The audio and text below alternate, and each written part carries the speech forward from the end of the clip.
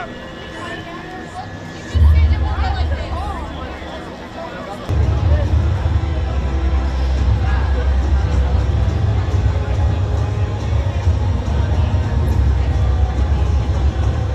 definitely want you to be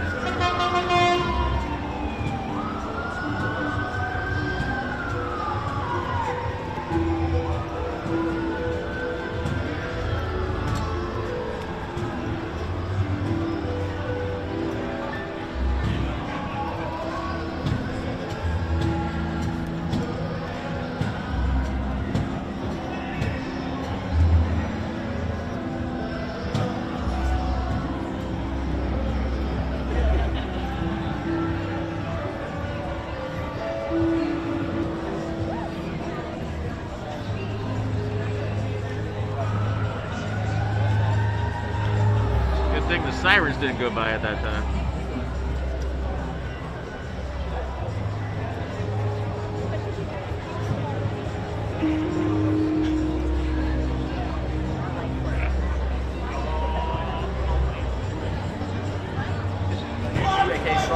You're a movie guy, and I'm here at the Kingdom of the Planet of the Apes premiere in Los Angeles. I'm super excited about this movie. Big fan of the entire trilogy. This new trilogy, now quadrilogy. You know what? After the first three, I'm Team Ape all the way. Team Ape all the way. Caesar, baby. King Caesar. I died for him. I live for him. Hail Caesar. Love it. Okay, favorite movie theater snack? Nerds Clusters. Nerds Clusters are the best movie theater snack. Go through the whole thing in one sitting. All right, very last one. You can do it either in Apes impression or you can do it. Sorry, so good to see you. So nice to see you too. No problem. Gotcha. See? I like that. Most people like do the awkward like thing. He said you're gonna shake this. I'm a believer in a firm hand. I just want to see the apes on the horses. I want to see how these apes have evolved. Now they're mastering their craft and getting more tricky. I'm excited to see how it's going to be. We're tricky to go. What's going on TikTok? I'm Lauren Ashley Zach, and I'm here at the Kingdom of the Planet of the Apes red carpet. The carpet is buzzing, and I'm so excited to be here. Can you say why you're excited? My favorite movie ever. You were so good at it. What do you make of the sort of continued success and like that movie living on in the zeitgeist at this point? Well, they're very clever at coming up with new twists and new directions that they can go in. And this one is I don't know who came up with it, but it's a genius idea. The apes are on top and humans are trying to regain a foothold on this tiny little planet that we've got. So it feels to me like they've opened up the doors for a lot more films. Yeah, that's so cool. And it's interesting because when I think about your career, you know, you sort of span so many genres and types of movies, and I think some people will do like a really serious movie and then not want to do, like I saw you Mickey Stanicki, it was so funny. But like talking about your philosophy on kind of like which roles you take at this point. What a great question. I've always thought I'd rather have a small role in a great film than the lead role in a film that's not going to work. I'm a script guy. If the script works, I'm in. And I got no problem with doing small roles. Don't look at me. Look right And down this the was a barrel. great Say example. your name We shot in and, Australia, what's your name? and I was doing another film, so I got to spend some time in that part of the country, and it was magnificent. I had the best time. Yeah. Do you have one that you like, or that you're so proud of that you look back on, like a role that you were particularly, surprised by or All right, now proud that I of? have the people who made Oh, these, yeah. I must know. Are Yeah, you there are a lot. guys team It's hard Ape or to team it's hard to pick 'em? pick something Like picking out. your kid? Yeah, it's like who's your Okay, I love it. which All of right, your then daughters do you like best? Yeah. I have been Apes together magnificently surprised with how some films came out. I've been bitterly disappointed with how some films came out. strong. Guys, thanks so But much. it's a grand way to make a living, and I'm a lucky palooka. Yeah, it is so cool. I mean, I have so many friends that I love boogie nights too, and it's just so cool how long it's been sort of I know. living on, I know, and I still love all those guys and guys and gals. We've all done very well. I'm a lucky palooka. I really am. Thank you so much. Great talking to you. Which one you've worked on? This is the fourth one I've worked on. Okay. Second from me. Okay. And so talk to me a little bit. I mean, do you guys kind of have designated roles in terms of each one of you plays?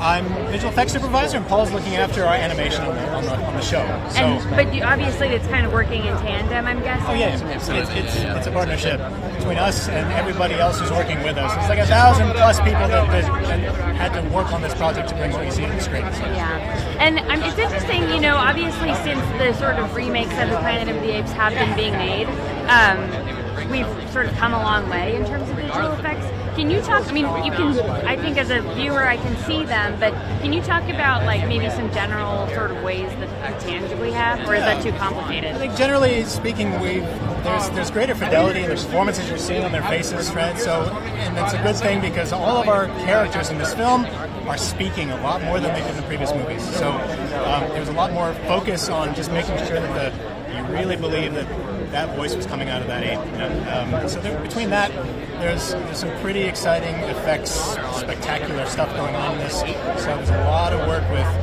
water simulations and all of that fun stuff. But yeah, it's a really fun film. Awesome. Thank you guys so much. Have a good night. That's the one thing about premieres here. It's like the sun stuff. Why don't they just tent it if it's going to be open? Does he have many?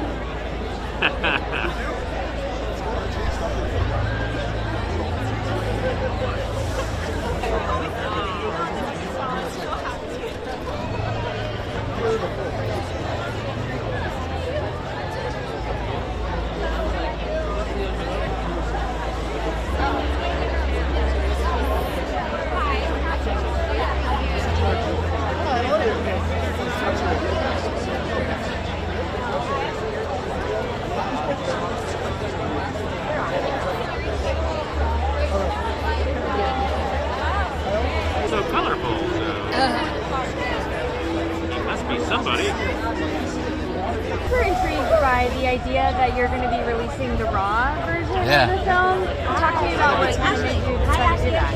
I think people do not understand the level of craft and artistry that is involved in making these movies. That's the VFX, but that's also all the production work that we do, all the things we build, all those different things. And I think people are going to love it. Certain geeks will love it. I will love it. I'm sure there are others out there too. But yeah, you're going to be able to watch the raw dailies, basically, of the movie in the movie form. There'll be another little window there that shows the final picture too. So it'll be very interesting to watch, to see how the actors, how they look, and how close it really is. I mean, you could look at the two images and be like, oh my god, it really is him. It's just an ape. So it's really fascinating stuff, and I think it's just, I think it's criminal that these Apes movies have never won a visual effects award. I mean, an Oscar. I think it's crazy. So I'll do my part to try to change that. Yeah, I'm kind of surprised nobody's thought of doing this before, but I think I'm sure they have. They We set up, when we were editing this movie, we set up to do this. So it's a really complicated process, but we started from the beginning. So. Yeah. Okay. And talk to me a little bit about, as somebody who like wanted to be a filmmaker and went to film school and everything. Like when you were thinking about doing it, or as a kid, or something, like what did the role of this franchise play on you as a? Yeah, I grew up on the original Planet of the Apes. I was born in 1980. Oh, sorry. So I'm so excited. I watched those a lot, and it's the images more than anything that were stuck in my brain. I'm sure as a kid all the ideas and concepts went over my head, but yeah, those images are just iconic, and we got to play with some of those images in this movie. Our first day of shooting was our characters on the beach with giant horses wading through the waves. It was like, whoa, we're making a Planet of the Apes movie, So yeah, it's really exciting. Is there any trepidation you had about going into it, like such a beloved franchise? Yeah, I've certainly talked about it.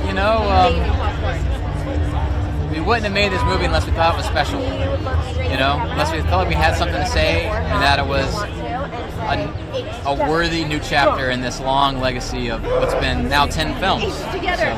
Strong. Thank you so much. Congratulations. About it? Sure. This is made by Lorraine Mashuro, and she's a migrant worker that comes from Zimbabwe. Lives in my local town, Onrus, in South Africa. I'm very proud to represent Lorraine's work. You're proud. You're happy. So talk to me a little bit about, I'm so interested in, I was talking to Wes about he's going to release the raw version of the film. I didn't know that. Yeah. So if, and he said he kind of wanted it intentionally because he wanted to show how impressive the VFX was. But I wondered for you, being in a film like this, kind of acting, and you all sort of being in these sort of outfits, is it challenging? Is there, do you have to get used to talking to people who have cameras in front of them? I so wanted to do this because the attack comes from one's physicality, and that was a challenge. Prior to that, I played parts which were highly cerebral, So this was lovely to sort of get out of what I'm doing in my head and put it all into the body. My time on screen is limited. It was lovely working with Alain because they literally deconstructed how you think about movement. So it's one thing, if I ask you to be a chimp or a orangutan right now, you probably do it pretty okay, decently, right? But then what Alan does is he deconstructs it. So now you know, because there's a very short bone structure here, this is why they move that way, and then it becomes sedimented knowledge, and hopefully once you get on screen, it's all comes from a cellular place. And it was lovely to and it probably, I could see it kind of taking the thinking a little bit out of it because you're just having to act and there was a second there where I thought anyone could probably do this, but getting that cinematic moment whilst you've got all the technology that you're up against. And there's a couple of moments I played Noah's father. And even with all the technicalities going on, there was a moment where I knew I felt it. So hopefully that translates for the audience as well. Thank you so much. Congratulations. Thank you very much for having me. Okay. Oh, no. All right, don't look at me. Okay, look over there. Right, straight into the camera. Right. Say your name and your role in the movie. My name is Neil Sanders, and I play the role of Coral, Noah's father, master bird. Wow. And that's great. Just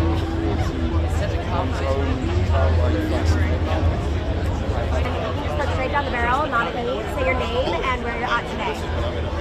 Hey, I'm Sarah Bush now, and I'm at Move Kingdom on the Planet of the Apes.